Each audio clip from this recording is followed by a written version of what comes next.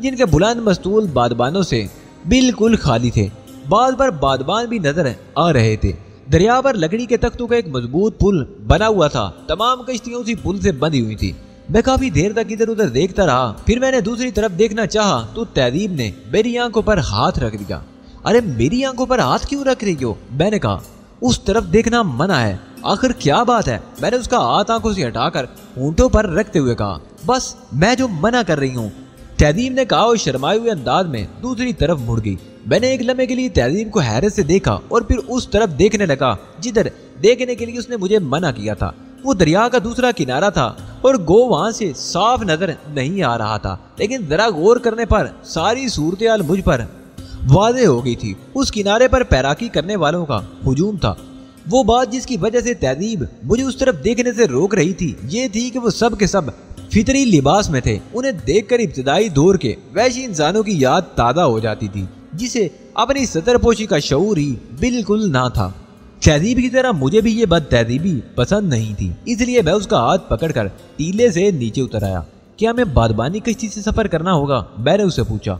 ہاں، تہذیب نے جواب دیا، ہمیں دریا عبور کرنا ہوگا، کیمپنگ اس طرف ہے۔ بادبانی کشتی میں دریا کا وسیع پاٹ عبور کرتے ہوئے وہ برے مناظر بہت قریب سے نظر آئے جن کی وجہ سے تہذیب نے مجھے ادھر دیکھنے سے منع کیا تھا۔ تہذیب اس طرح بیٹھی تھی کہ اس کی نگاہ ان مناظر پر نہ پڑنے پائے۔ میں نے بھی تہذیب کا ساتھ دیا تھا، لیکن بوڑھ کو روکنے کا ہمارے پاس کوئی طریقہ نہیں تھا۔ وہ ہمارے برابر ہی بیٹھا آنکھیں پھاڑے اسی سمت گھورے جا رہا تھا۔ بادبانی کشتی کا سفر جاری رہا اور بلاخر ہم دوسرے کنارے پر پہنچ گئے۔ وہاں پہنچتے ہی ہم نے بادبانی کشتی کو رکوایا اور وہیں اتر گئے۔ ملاحوں نے ہمیں حیرت سے دیکھا، اس لیے کہ یہاں آنے والے پہلے ان مناظر سے لطف اندوز ہوتے تھے جن سے انسانیت کی تذلیل ہوتی ہے، اور جب ان کے سفلی جذبات کی تسکین ہو جاتی تب بھی وہ کسی کیمپنگ کا رخ کرتے تھے اور خود کو منشیات میں غرق کر دیتے تھے۔ ہم لوگ یہاں کیوں اتر گئے چیف؟ بوڑھ نے حیرت سے سوال کیا۔ ہمارے علاوہ تو کوئی بھی کشتی سے نہیں اترا۔ میری بجائے یہ سوال تم اپنے انچارج سے کرتے تو بہتر ہوتا، میں نے کہا۔ ویسے بھی اب تم میری ملازمت میں نہیں ہو۔ کوئی بات نہیں چیف، میں میڈم سے پوچھ لیتا ہوں۔ بوڑھ نے بڑے سکون سے کہا۔ کیوں میڈم؟ ہم یہاں کام کرنے آئے ہیں، دوسرے لوگوں کا مقصد تفریح ہے، تہذیب نے کہا۔ کام کے ساتھ ساتھ اگر تھوڑی بہت تفریح بھی ہوتی رہے تو کیا حرج ہے، بوڑھ بولا۔ تفریح ہمیشہ کام کے بعد اچھی لگتی ہے، تہذیب نے کہا، اور ہم اپنی منزل کی طرف چلنے لگے۔ یہ علاقہ بھی سرسبز تھا۔ حد تو یہ تھی کہ بھورے پتھروں کی ڈھلانیں اور اونچی اونچی چٹانیں بھی سبزے سے ڈھکی ہوئی تھی۔ میں بہت دور تک پیدل چلتا رہا۔ ہماری مطلوبہ کیمپنگ ایک پیالہ نما وادی تھی جس کا تعلق کنگ اٹلس سے تھا۔ تہذیب نے اس طرف اشارہ کرتے ہوئے کہا، یہی ہماری مطلوبہ جگہ معلوم ہوتی ہے۔ ایسا ہے تو بہت اچھی بات ہے۔ یہ علاقہ کتنا خوبصورت ہے تہذیب، حسین قدرتی مناظر سے بھرپور۔ ہاں، مگر تہذیب سے آ رہی۔ تہذیب نے برا سا منہ بنا کر کہا، چلو ہم یہاں کسی اخلاقی مشن پر نہیں آئے ہیں، کیا خیال ہے؟ براہ راست کنگ اٹلس سے ملو گی؟ سوال ہی پیدا نہیں ہوتا۔ یہاں سیاح بکثرت آتے ہیں اور انہیں قیام کے لیے موزوں جگہ بھی مل جاتی ہے۔ کیا یہاں قیام کرنے کے لیے کسی قسم کی پابندیاں ہیں؟ میں نے تہذیب سے پوچھا۔ نہیں، یہاں کسی قسم کی کوئی پابندی نہیں ہے، جس کا جہاں جی چاہے پڑا رہے۔ تو میرے خیال میں زیادہ بہتر یہ ہوگا کہ ہم پہلے کسی جگہ پڑاؤ ڈال کر حالات کا جائزہ لیں، میں نے کہا۔ میرا پروگرام بھی یہی ہے، تہذیب بولی۔ پہلے ہم 24 گھنٹے یہاں رک کر علاقے کا جائزہ لیں گے اور یہ اندازہ لگانے کی کوشش کریں گے کہ کنگ اٹلس تک رسائی ہمارے لیے سود مند ثابت ہوگی یا نہیں۔ اس کے بعد ہی کنگ اٹلس سے ملنے یا نہ ملنے کا فیصلہ کرنا مناسب ہوگا۔ بوڑھ نے ہماری بات اچک لی۔ اگر اجازت ہو میڈم تو میں اپنا ٹھکانہ الگ بنا لوں؟ ہم یہاں ساتھ آئے ہیں اور ساتھ ہی رہیں گے، تہذیب نے کہا۔ الگ رہنے کی کیا تک ہے؟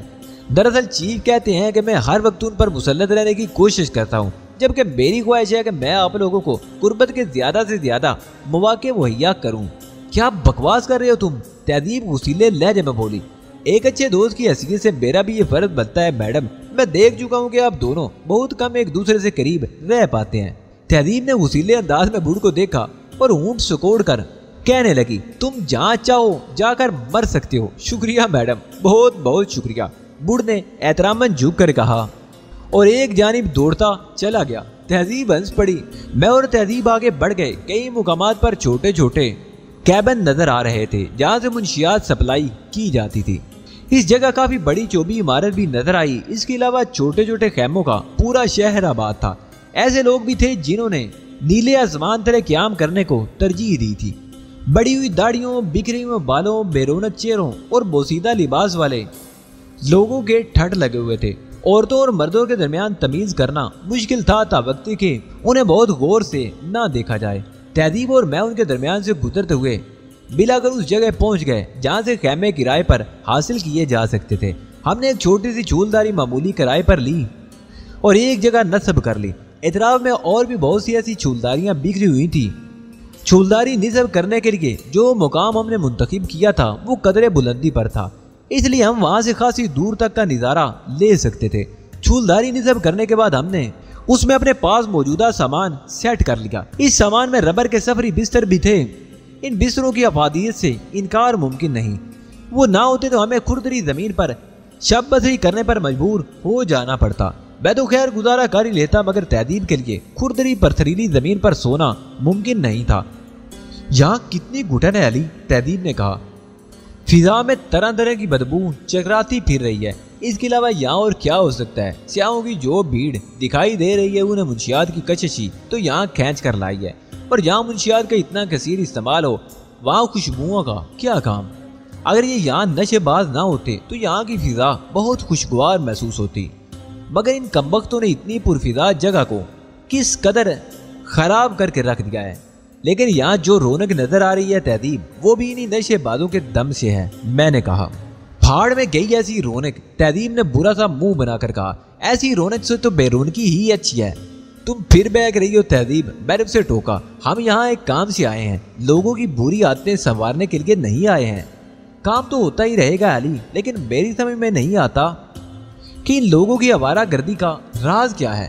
بیزاری، میں نے کہا۔ حد سے بڑی ہوئی بیزاری کے باعث ان لوگوں نے یہ راہ اختیار کر لیا ہے۔ بیزاری؟ تہذیب حیرت سے بولی۔ یہ لوگ کس چیز سے بیزار ہو گئے؟ دنیا کی کون سی نعمت انہیں میسر نہیں ہے؟ پرکیف زندگی ہی تو انہیں اس راہ پر لے آئی ہے، ورنہ انہیں دنیا کی ہر آسائش میسر ہے۔ کیسی متضاد باتیں کر رہے ہو علی؟ آسائشوں سے بھرپور کوئی بیدار کیسے ہو سکتا ہے؟ آسائشوں ہی سے تو بیدار ہوتا ہے، آدمی اس چیز کی طرف لپکتا ہے جس کی اسے ضرورت ہوتی ہے۔ یہ بات تو سمجھ میں آتی ہے کہ آدمی اسی چیز کے پیچھے دوڑتا ہے جس چیز کی اسے ضرورت ہوتی ہے، لیکن ان لوگوں کو تو کسی چیز کی کمی بھی نہیں تھی۔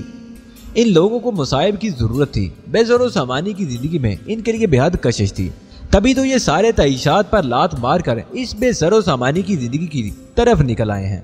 پتہ نہیں کیوں تمہاری بات پوری طرح میری سمجھ میں نہیں آ رہی، تہذیب نے بے بسی سے کہا۔ اس بات کو آسان زبان میں سمجھو، اگر کسی شخص کو دن رات ہر وقت کھانے کے لیے مرغی ملتی رہے تو کیا وہ اس سے اکتا نہیں جائے گا؟ اسے کہیں دال کی جھلک بھی نظر آ جائے گی تو اس پر بھوکوں کی طرح گرے گا۔ دیکھنے والے یہی سمجھیں گے کہ وہ کوئی انتہائی محروم آدمی ہے، حقیقت تک کوئی بھی نہیں پہنچ سکے گا۔ او ہو، اب میں سمجھ گئی، تہذیب نے کہا۔ واقعی ایک ڈگر پر چلتے چلتے آدمی بیدار ہو ہی جاتا ہے، مگر اب منشیات کے سیلاب کے لپیٹ میں ہے تہذیب۔ مغرب کے دانشوری سیلاب کے سامنے بند باندھنے میں ناکام ہو چکے ہیں اور ان کی پوری نسل تباہی کی طرف جا رہی ہے۔ کیا یہ عبرت کا مقام نہیں ہے علی کہ اس قدرتی ترقی یافتہ قوموں کا یہ حشر ہو رہا ہے؟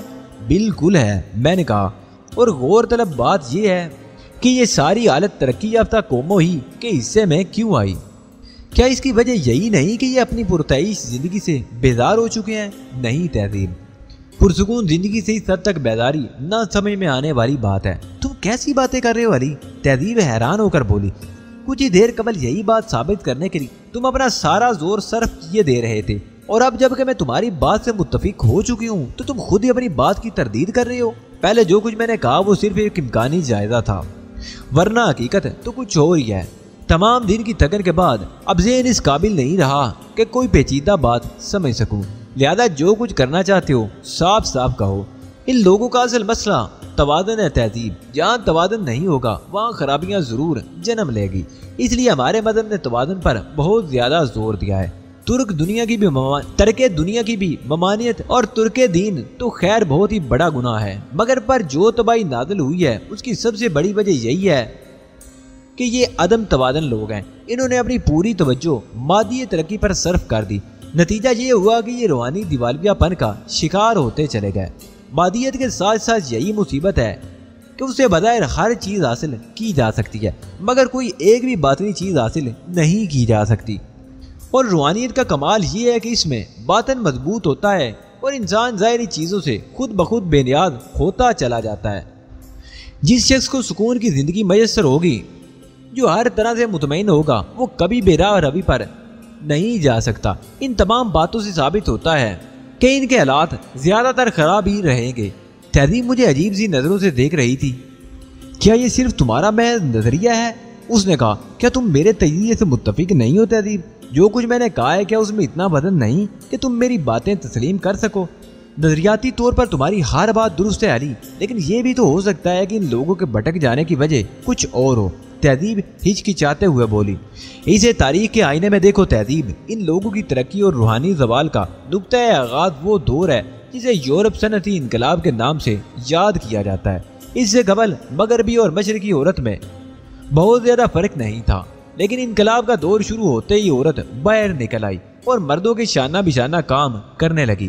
انسان کی جگہ مشینوں نے لے لی۔ انسان خود انسانیت سے بھی دور ہوتا چلا گیا، آسائشوں سے بھی زندگی سے سکون فراہم نہ کر سکی، تو اس نے خود کو طرح طرح کی اذیتوں میں مبتلا کرنا شروع کر دیا۔ لیکن یہ بھی ایک غلط طریقہ تھا، ان لوگوں کو کچھ سمجھائی نہیں دیتا اور یہ سکون کی تلاش میں بھٹکتے پھرتے ہیں۔ اذیت پسندی کا یہ رجحان تو بہت خطرناک ہے علی، کیونکہ یہ لوگ قابل رحم نہیں ہیں۔ قابل رحم تو ہیں تہذیب، لیکن یہ بھی تو سوچو کہ انہوں نے دوسروں کے لیے جو گڑھا کھودا تھا، یہ لوگ خود اس میں گر گئے ہیں۔ ایک زمانے میں جب حکومت برطانیہ میں سورج غروب نہیں ہوا کرتا تھا، ان کی سلطنت کی حدود بے حد وسیع تھی۔ اس سلطنت کے مالک پر یہ اخلاقی فرض عائد ہوتا تھا کہ وہ اپنے زیر حکومت نو مقبول علاقوں کے باشندوں کی ترقی کے لیے ٹھوس قدم اٹھائے، لیکن اس کے برعکس انہوں نے ان لوگوں کو چائے اور سگریٹ پر لگانے کے لیے بے تحاشا دولت خرچ کی۔ بعد میں بین الاقوامی اور اندرونی مسائل کے تحت مکار انگریز کو سارے علاقے خالی کرنا پڑ گئے، مگر ان میں ایک مضبوط درخت بن چکا تھا۔ چائے اور سگریٹ جیسی چیز کی عادت میں دنیا کی بہت بڑی آبادی مبتلا ہے، اور جو دوسروں کے خلاف سازش کرتے ہیں تہذیب، وہ اس کے اثرات سے خود بھی محفوظ نہیں رہ سکتے۔ اسی معاملے کو دیکھ لو، انہوں نے دیگر اقوام کو چائے اور سگریٹ کے ذریعے کمزور کرنے کی کوشش کی تھی۔ آج انہیں کی اپنی نوجوان نسل کا کیا حشر ہو رہا ہے؟ تم تھوڑے سے جذباتی ہو گئے علی، تہذیب نے کہا۔ شاید اس کی وجہ یہ ہے کہ تمہاری قوم بھی انگریزوں کی ڈسی ہوئی ہے۔ یہ حقیقت ہے تہذیب کہ میں اس معاملے میں جذباتی ہو جاتا ہوں۔ ہم 150 سالہ غلامی کے اثرات سے ابھی تک نہیں نکل پائے۔ ہمارے سیدھے سادھے لوگوں نے انگریز کی دی ہوئی لانتوں کو ہنسی خوشی اپنے گلوں میں ڈال رکھا ہے۔ حکمران طبقہ الگ ان کے نیچے لگا ہوا ہے۔ قوم کو غلامی کے اثرات سے بچانا ان کی ذمہ داری ہے، مگر ان کی آنکھوں پر پٹی بندھی ہوئی ہے۔ عملاً اب بھی ہمارے ہاں انگریز کی حکمرانی ہے۔ کچھ بھی ہو علی، مجھے ان لوگوں سے ہمدردی محسوس ہوتی ہے۔ انسانیت کے ناطے جو کچھ بھی کیا اس میں بھی تو ان حکمران طبقے کا سارا عمل تھا۔ عام آدمی تو اس میں شریک ہی نہیں تھا۔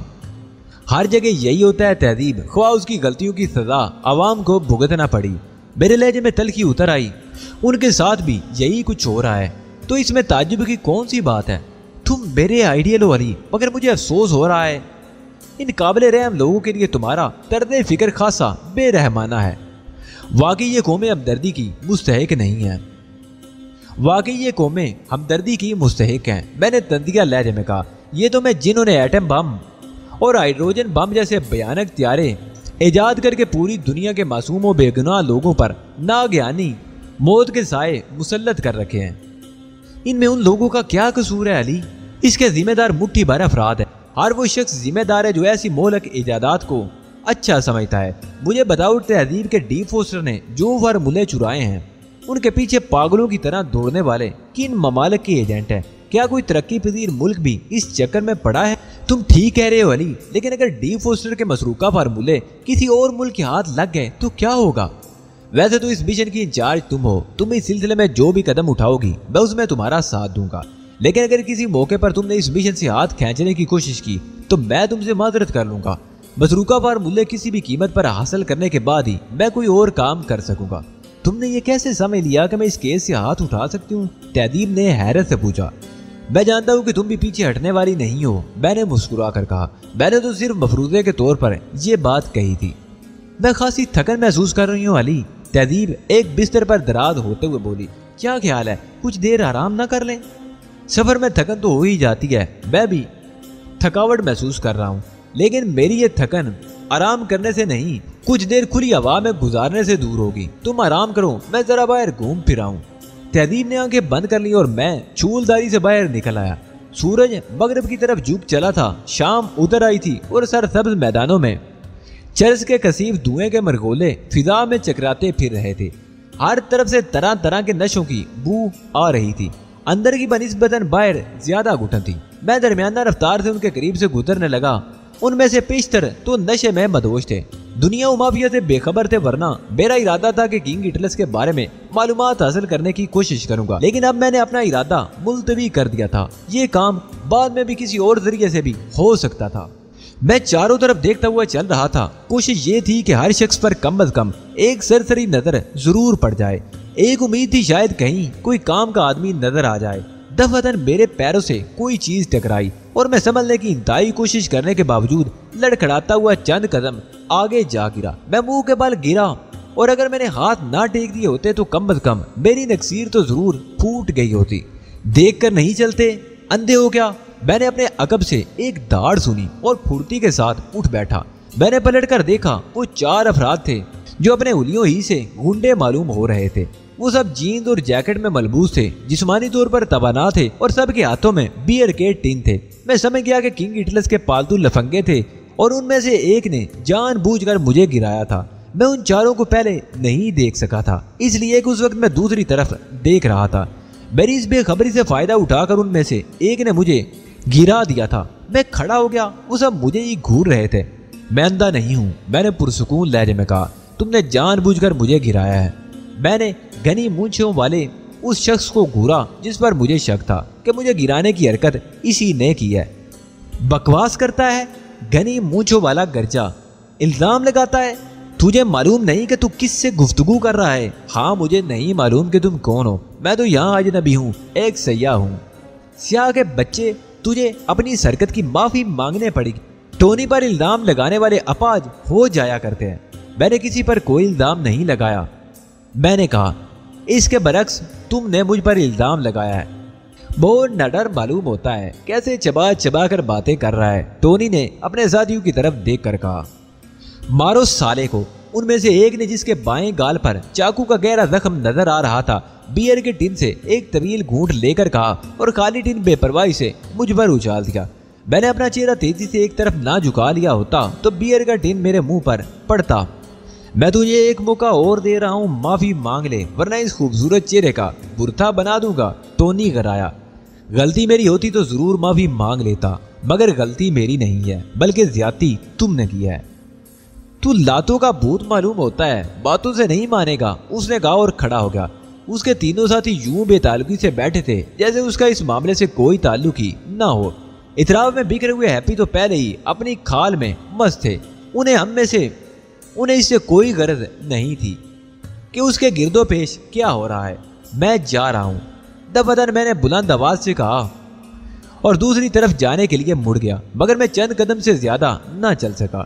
ٹونی نے عقب سے مجھ پر چھلانگ لگائی اور مجھے دور تک رگیتا چلا گیا۔ میرے منہ سے کراہ نکلی اور میں خود کو چھڑانے کے لیے جد و جہد کرنے لگا۔ ٹونی خاصا جسیم اور طاقتور تھا، اس نے مجھے پوری طرح جکڑ دیا تھا اور مجھے بری طرح رگڑے لگا رہا تھا۔ مجھے چھوڑ دو، میں نے بمشکل کہا، تم مجھے کیوں مار رہے ہو؟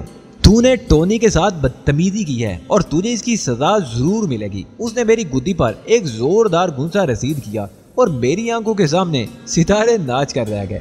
مجھے چھوڑ دو، میں وعدہ کرتا ہوں کہ یہاں سے چلا جاؤں گا، میں نے کمزور سی آواز میں کہا۔ چلا جائے گا؟ اس نے ایک بھیانک کہکا لگایا۔ ٹونی کے منہ پر تھوک کر چلا جائے گا تو دنیا کیا کہے گی؟ نہیں، تو مجھ سے معافی مانگے بغیر یہاں سے جا بھی نہیں سکتا۔ میں نے پوری قوت صرف کر کے اس کی گریز سے نکلنے کی کوشش کی، مگر یہ ممکن نہ ہو سکا۔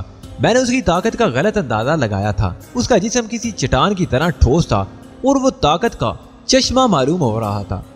میرے ساتھ مشکل یہ تھی کہ میں یہاں کوئی ہنگامہ برپا کر کے خود کو نمایاں کرنے کا خطرہ مول نہیں لے سکتا تھا، اس لیے میں نے سوچا کہ اس سے تھوڑا بہت پٹ کے معافی مانگ لوں گا۔ لیکن اب مجھے صاف نظر آ رہا تھا کہ اگر میں نے اس سے فوراً معافی نہ مانگی تو وہ میرا کچھ عمر بنا کر رکھ دے گا۔ میں وعدہ کرتا ہوں آئندہ ایسی غلطی نہیں کروں گا۔ میں نے اسے معذرت کر لینے میں ہی عافیت جانی۔ معافی اس طرح مانگی جاتی ہے؟ وہ میری پشت پر گھٹنا ٹیکتے ہوئے غرایا۔ ٹھیک سے معافی مانگو۔ اور کیا کہوں، میں رہا وعدہ تو کر رہا ہوں کہ آئندہ ایسی غلطی نہیں کروں گا۔ یہ کہہ کہ غلطی مجھ سے ہوئی ہے، میں معافی مانگتا ہوں، مجھے معاف کر دو۔ وہ دانت پیس کر بولا۔ مجھے معاف کر دو ٹونی، میں نے انتہائی بے بسی کے عالم میں کہا۔ میرا رواں غصے کے مارے سلگ رہا تھا۔ غلطی مجھ سے ہی ہوئی تھی، میں تم سے معافی مانگتا ہوں۔ اس نے میرے سر کے بال مٹھی میں جکڑ کر میرا منہ زمین پر رگڑ دیا۔ جا، بچہ سمجھ کر تجھے معاف کر رہا ہوں، ورنہ جی تو چاہ رہا ہے کہ تیرے جسم کا ریشہ ادھیڑ کر رکھ دوں۔ وہ ایک جھٹکے سے مجھے چھوڑ کر ہٹ گیا اور میں سر جھٹک کر آنکھوں کے سامنے چھا جانے والی دھند سے نجات حاصل کرنے کی کوشش کرنے لگا۔ مزہ نہیں آیا ٹونی، اس کے ساتھیوں میں سے ایک نے کہا، اور اٹھ کر وہیں آ گئے۔ یہ تو بہت بودا ثابت ہوا۔ اس کی قسمت یہ اچھی تھی کہ اس نے مجھ پر ہاتھ اٹھانے کی کوشش نہیں کی۔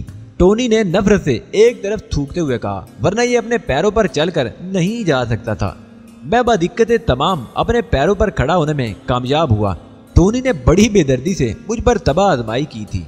وہ سب کھڑے ہرزہ سرائیاں کر رہے تھے اور میں سب کچھ سن کر خاموش رہنے پر مجبور تھا۔ میں کھڑا ہونے کے بعد ان کی طرف دیکھے بغیر ایک طرف چل پڑا۔ میری چال میں خفیف سی لنگڑاہٹ تھی، لیکن چند ہی قدم چلنے کے بعد اس لڑکڑاہٹ میں یک لخت ہی اضافہ ہو گیا۔ عقب سے میری پشت پر ایک بھرپور ضرب پڑی تھی اور میں اپنا توازن کھو کر ایک بار پھر زمین پر گر پڑا تھا۔ ان چاروں نے بیک وقت وحشیانہ انداز میں کیا لگائے۔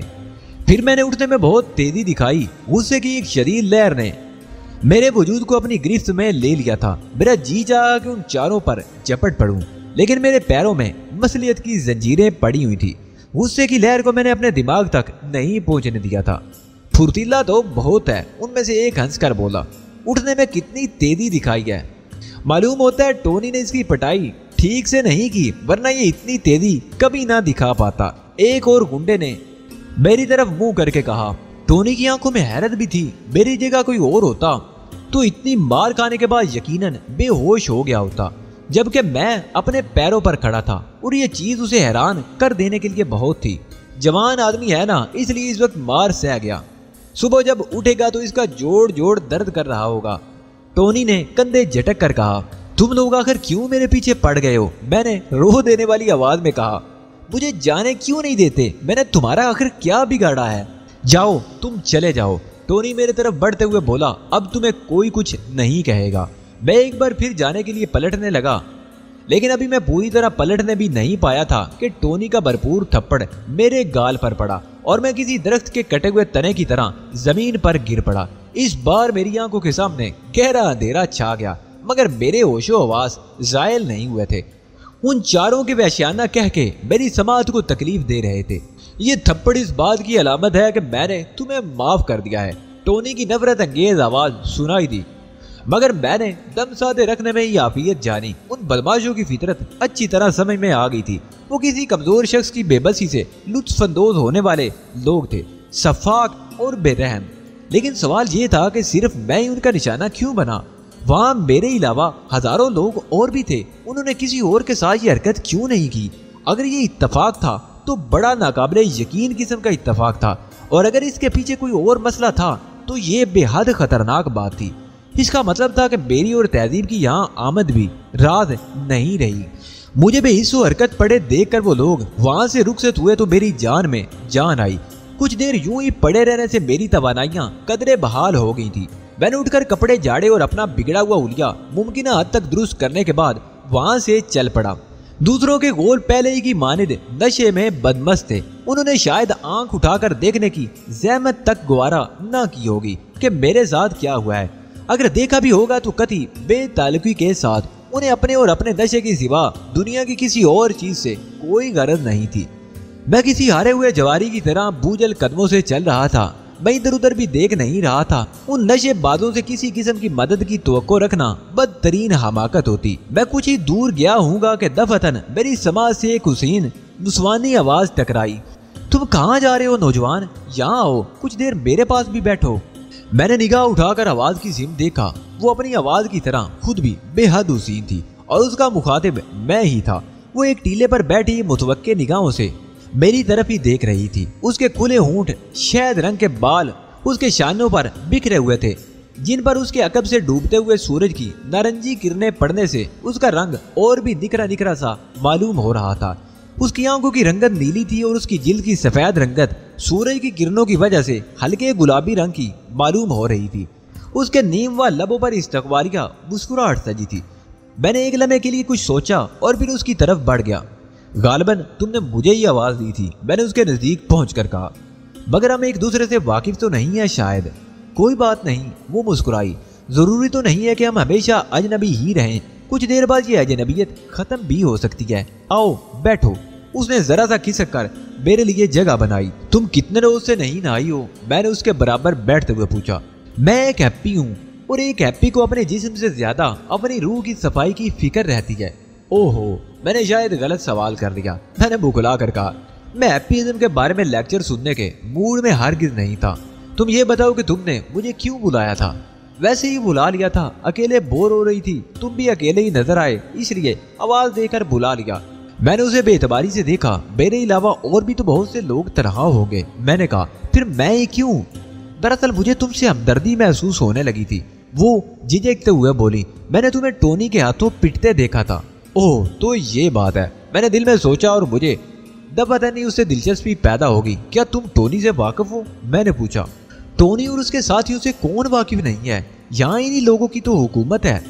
لیکن میں نے تو سنا تھا کہ یہاں کا کرتا دھرتا کنگ اٹلس نامی کوئی شخص ہے۔ تم نے ٹھیک ہی سنا ہے، اصل آدمی کنگ اٹلس ہی ہے اور یہ لوگ اسی کے پالتو گنڈے ہیں۔ ٹونی کو اس کا دست راست سمجھا جاتا ہے۔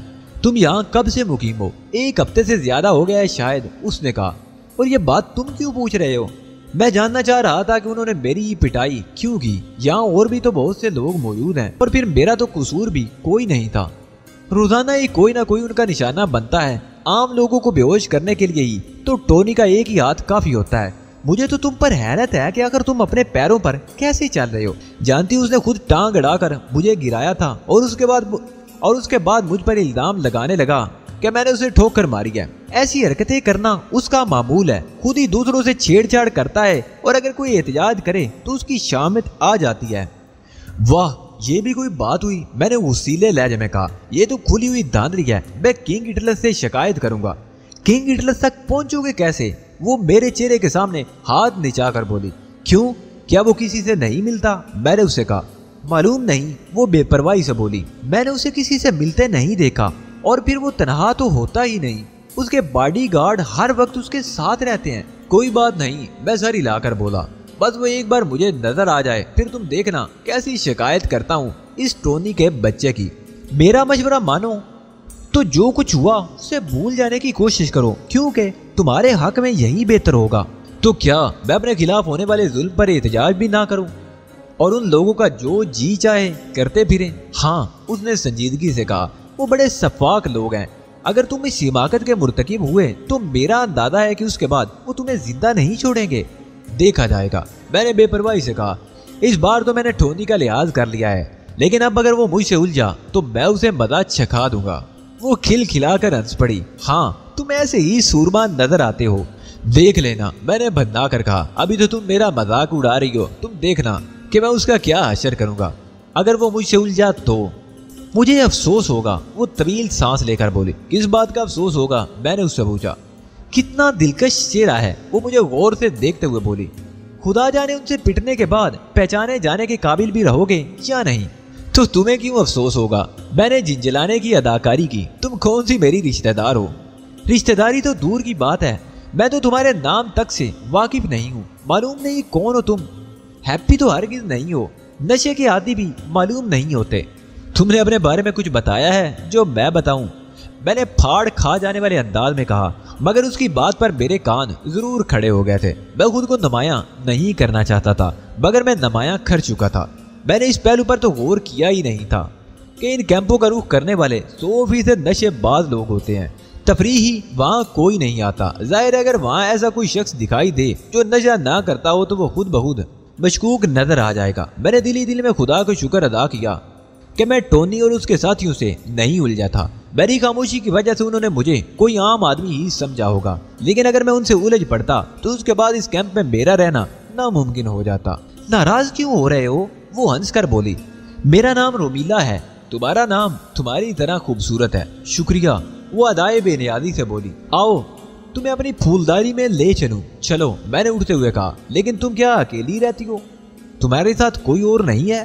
تھا ایک، آج صبح ہی مجھے چھوڑ بھاگا۔ شاید زیادہ دنوں سے میرے اخراجات برداشت کرنا اس کے بس سے باہر تھا۔ مجھے اس کی بات سے دھچکا لگا، لیکن یہ تو ان کا دستور تھا۔ ان سفید فاموں کے لیے شادی کے بغیر ساتھ رہنا معیوب نہیں تھا۔ وہ مجھے اپنی چولداری تک لے گئی۔ آؤ اندر آ جاؤ، اس نے کہا۔ نہیں، بس اب میں جاؤں گا۔ میں نے اندر جانے کی بجائے پہلو طئی کرتے ہوئے کہا، آ جاؤ نا۔ اس نے آنکھیں نکالی۔ میں تمہیں کھا تھوڑی جاؤں گی، اس نے میرا بازو پکڑ کر کھینچتے ہوئے کہا۔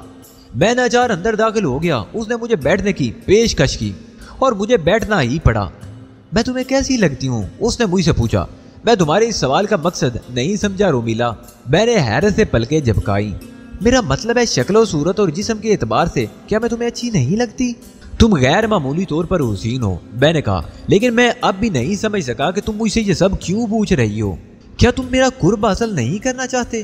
اس نے میرا سوال نظر انداز کرتے ہوئے مجھ سے سوال کیا۔ مجھے اس کی ایسی کوئی خاص خواہش تو نہیں تھی، تاہم اس وقت تو مجھے تمہارا قرب حاصل تو ہے۔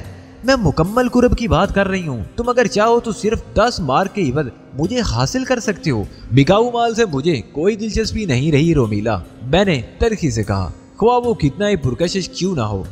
اگر یہ بات ہے تو تم کچھ بھی مت دینا۔ آؤ، اس نے دونوں ہاتھ میری طرف پھیلاتے ہوئے کہا۔ پکے پھل کی طرح خود کو دوسروں کی آغوش میں گرا دینے والی لڑکیوں سے بھی مجھے کوئی دلچسپی نہیں، بلکہ مجھے ان سے نفرت محسوس ہوتی ہے۔ مجھے غلط نہ سمجھو، رومیلا برائی ہوئی آواز میں بولی، میرا ساتھی مجھے دغا دے گیا اور اب میرے پاس ایک دھیلا بھی نہیں ہے۔ جانتے ہو صبح سے نشہ کرنا تو درکنار، میں نے کچھ کھایا تک نہیں ہے۔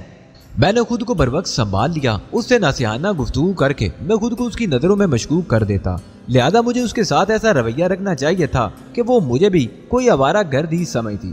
ابھی کچھ نہیں بگڑا تھا، میں نے جو چند الٹی سیدھی باتیں کر دی تھی ان کی تلافی کی جا سکتی تھی۔ اوہو، تم نے مجھے پہلے کیوں نہیں بتایا؟ میں نے متاسفانہ انداز میں کہا۔ تمہارا تو نشہ اکھڑ رہا ہوگا۔ میں نے بمشکل خود کو سنبھال رکھا ہے، لیکن اب میری قوت برداشت جواب دیتی جا رہی ہے۔ ہو سکے تو ویسے ہی میری کچھ مدد کر دو، میں تمہارا یہ احسان کبھی نہیں بھولوں گی۔ احسان کی بات مت کرو رومیلا، ایک ہیپی کی مدد کرنا دوسرے ہیپی پر فرض ہوتا ہے۔ تم ہیپی؟ اس نے حیرت سے مجھے سر سے پاؤں تک دیکھا۔ میرے حلیے پر مت جاؤ، ضروری تو نہیں ہے کہ آدمی اپنا حلیہ بھی تبدیل کر لے۔ نہیں، حلیے سے کوئی زیادہ فرق نہیں پڑتا، لیکن اگر تم ہیپی ہوتے تو میری آفر کبھی نہ ٹھکراتے۔ سخت شرمندہ ہوں کہ میں ابھی تک پوری طرح ہیپی نہیں ہوں۔ بہت سی بری عادتیں اب بھی موجود ہیں مجھ میں نے کہا اور جیب میں سے پرس نکال کر اس میں سے 100 مارک کا نوٹ کھینچ کر رومیلا کی طرف بڑھا دیا۔ 100 مارک کا نوٹ دیکھ کر رومیلا کی آنکھیں فرط حیرت سے پھیل گئیں۔ اس نے جلدی سے نوٹ میرے ہاتھ سے اچک کر اپنے بلاؤز کے گریبان میں اڑس لیا۔ تم بہت اچھے آدمی ہو، رومیلا نے کہا۔ جب بھی تمہارے نظریات تبدیل ہوں میرے پاس چلے آنا، تمہارے لیے کسی قسم کی کوئی پابندی نہیں ہے۔ ٹھیک ہے رومیلا، اگر کبھی ایسا ہوا تو میں تمہیں یاد رکھوں گا۔ اب میں چلتا ہوں، میں نے کہا اور اس کی چولداری سے نکل آیا۔ اس نے بھی مجھے نہیں روکا۔ رقم آتے ہی یقیناً اسے اپنے نشے کی فکر پڑ گئی ہوگی۔ سورج غروب ہو چکا تھا۔ کیمپ کے خیموں میں کیروسین لیمپ روشن ہو گئے تھے اور کیمپ کے 24 کیبنوں میں جنریٹر کے ذریعے بجلی سپلائی ہو رہی تھی۔ میرا رخ اپنی چولداری کی طرف تھا۔ تہذیب مجھے چولداری کے باہر ہی ٹہلتی ہوئی مل گئی۔ کہاں چلے گئے تھے علی؟ مجھے دیکھتے ہی اس نے بے تابی سے کہا۔ بہت دیر کر دی، ایسے ہی ذرا گھومتے ہوئے دیر ہو گئی، میں نے سرسری انداز میں کہا۔ اگر اندھیرا نہ ہو گیا ہوتا تو مجھے تہذیب کو سب کچھ بتانا پڑتا۔ میرا حلیہ دیکھ کر وہ مجھ سے بہت سوالات کی بوچھاڑ کر دیتی۔ فضا میں کتنی خوشگوار کھن کی اتر آئی ہے، تہذیب نے کہا۔ ساری تھکن جیسے تحلیل ہو کر رہ گئی ہو۔ کیا خیال ہے کچھ دور ٹہل لیں؟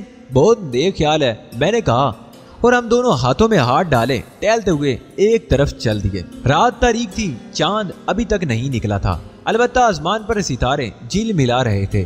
نیچے زمین پر کیمپ میں بے شمار کیروسین کے محدود روشنی والے لیمپ ٹم ٹما رہے تھے۔ آوارہ گردوں نے بے ہنگم رقص، موسیقی اور گانے کی آوازوں نے ماحول پر ایک سحر انگیز سی کیفیت طاری کر دی تھی۔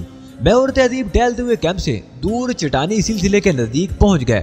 رقص و سرور کی آوازیں ہوا کے دوش پر تیرتی ہوئی وہاں تک آ رہی تھی۔ کیسا طلسماتی ماحول ہے تہذیب، کیسا طلسماتی ماحول ہے تہذیب، میں نے کہا جی اپنی بقیہ زندگی ایسے ہی کسی مقام پر بسر کر دی جائے۔ جی تو پتہ نہیں کیا کیا چاہتا ہے، لیکن ہم اپنے مشن سے تو منہ نہیں موڑ سکتے۔ میں جواب میں کچھ کہنے ہی والا تھا کہ دفتن میں چونک گیا۔ کیمپ کی جانب سے اچانک ہی گولیوں کی آواز سنائی دینے لگی تھی۔ یہ کیا ہو رہا ہے علی؟ تہذیب نے کہا۔ ہمارا استقبال کیا جا رہا ہے، میں نے مسکرا کر کہا۔ گولیوں کی آوازوں میں اب عورتوں اور مردوں کی چیخو پکار کی آوازیں بھی شامل ہو گئی تھی۔ میری سمجھ میں نہیں آ رہا تھا کہ اچانک یہ کون سی افتاد پڑ گئی ہے۔ فائرنگ کرنے والے کئی معلوم ہوتے تھے اور پھر کچھ کیمپوں میں آگ بھی لگ گئی تھی۔ کسی چٹان کی آڑ میں نکل چلو تہذیب، میں نے کہا، کیونکہ یہاں رکنا ٹھیک نہیں ہے۔ ایک اونچی چٹان کی آڑ میں رک کر میں نے تہذیب کی طرف دیکھا۔ یہ کیا چکر ہے علی؟ سمجھ میں نہیں آتا کہ تہذیب اتنا ہی کہہ پائی تھی کہ چٹان کے اوپر سے جو سیاہ لباس میں ملبوس ایک شخص نے تہذیب پر چھلانگ لگا دی۔ تہذیب اس کی گرفت میں آ گئی تھی، وہ بری طرح نیچے گری۔ اس سیاہ لباس والے کے پاس جدید ساخت کی ایک رائفل بھی نظر آ رہی تھی۔ اس سے پہلے کہ میں سنبھل کر تہذیب کی مدد کے لیے کچھ کرتا، ایک شخص میرے شانے پر بھی کود پڑا۔ پہلے شخص کی طرح وہ بھی چست لباس پہنے ہوئے تھا اور اس کے پاس بھی جدید ساخت کی رائفل موجود تھی۔ کیمپ کی جانب سے آنے والی چیخو پکار کی آوازوں میں اضافہ ہو چکا تھا اور ادھر کیمپ سے دور ویرانے میں میں اور تہذیب اس ناگہانی مصیبت سے خود کو بچانے کی کوشش میں تھے جو اچانک چٹانوں میں تاریکی سے ہم پر نازل ہوئی تھی۔ حملہ نہایت غیر متوقع تھا۔ میں اور تہذیب تو دوسری طرف ہونے والی ہنگامہ آرائی کی طرف متوجہ تھے۔ میرے وہم و گمان میں بھی نہیں تھا کہ ان چٹانوں پر کچھ لوگ ہماری طاق میں بھی پھر رہے ہوں گے۔ اس اچانک افتاد سے بکھلا کر میں نے پوری قوت سے اس شخص کو سر سے بلند کیا اور ایک چٹان پر دے مارا۔ یہ سب کچھ ایک ہی لمحے کے اندر اندر ہو گیا تھا۔ اضطراری طور پر شاید میں نے پوری قوت صرف کر دی تھی۔ حملہ آور کے منہ سے نکلنے والی دل خراش چیخ ایک لمحے کے لیے تو کیمپ کی جانب سے آنے والے شور پر بھی حاوی ہو گئی تھی، کیونکہ پتھریلی ٹھوس چٹان سے ٹکرانے کے باعث اس کی ریڑھ کی ہڈی چکنا چور ہو گئی تھی۔ اپنے ساتھی کی چیخ سن کر تہذیب پر حملہ کرنے والا ٹھٹک گیا۔ مدھم اندھیرے میں میں نے اسے تہذیب کو چھوڑ کر اپنی جانب پلٹنے دیکھا اور جتنی پھرتی سے اس نے رائفل کا رخ میری طرف کر کے فائر کیا، اس کے پیش نظر میرے پاس اس کے سوا کوئی چارہ نہیں تھا کہ میں خود کو زمین پر گرا دیتا۔ اس پر حملہ کرنا تو بہت دور کی بات تھی، اگر میں نے ایک لمحے کی بھی تاخیر کی ہوتی تو اس کی چلائی ہوئی گولی سے نہیں بچ سکتا تھا۔